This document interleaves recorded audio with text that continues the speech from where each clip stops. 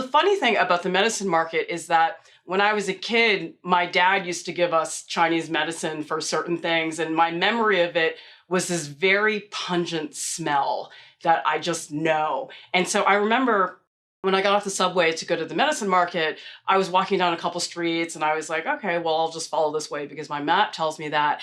And then I smelled the smell and I was like, oh man, I think I'm getting close. And then it's like this odor just like totally overpowers you. I mean, it's a really interesting odor. It doesn't smell bad.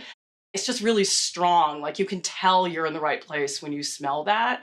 And then going into this market, it's mind boggling. It's gigantic. And you'll see things like dried starfish. And I saw like bones. And the thing is, I've seen ginseng sold in lots of different places. That's not new. But the thing is, I remember I walked in and there just were like these giant, they look like something out of that movie Aliens when they're like growing things and they were gigantic. I'd never seen ginseng like that.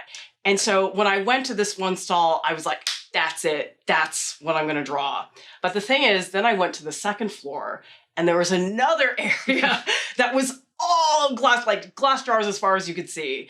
And I remember going up and I found this one that was shaped like a very voluptuous vase and it had two big ginseng pieces in it. I mean, I guess the reason I like ginseng just as an object is that the Chinese term zhen is person. And so the whole idea behind ginseng is that the shape of the root looks like a person. So there's something inherently figurative about ginseng. So when I saw it in that vase, I was so entranced by that. And seeing it in water was also weird because I'm used to seeing it dried, or cut up.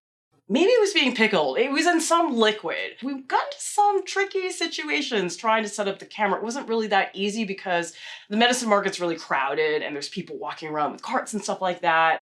I started the drawing there at the market, but then ultimately I took a reference photo and then finished it over in our hotel later on, which is not the ideal situation, but I feel like just getting the experience of being in there, seeing it in person, finishing off the technicalities later, there is part of that on-site process that you can then bring into an interior controlled space later on.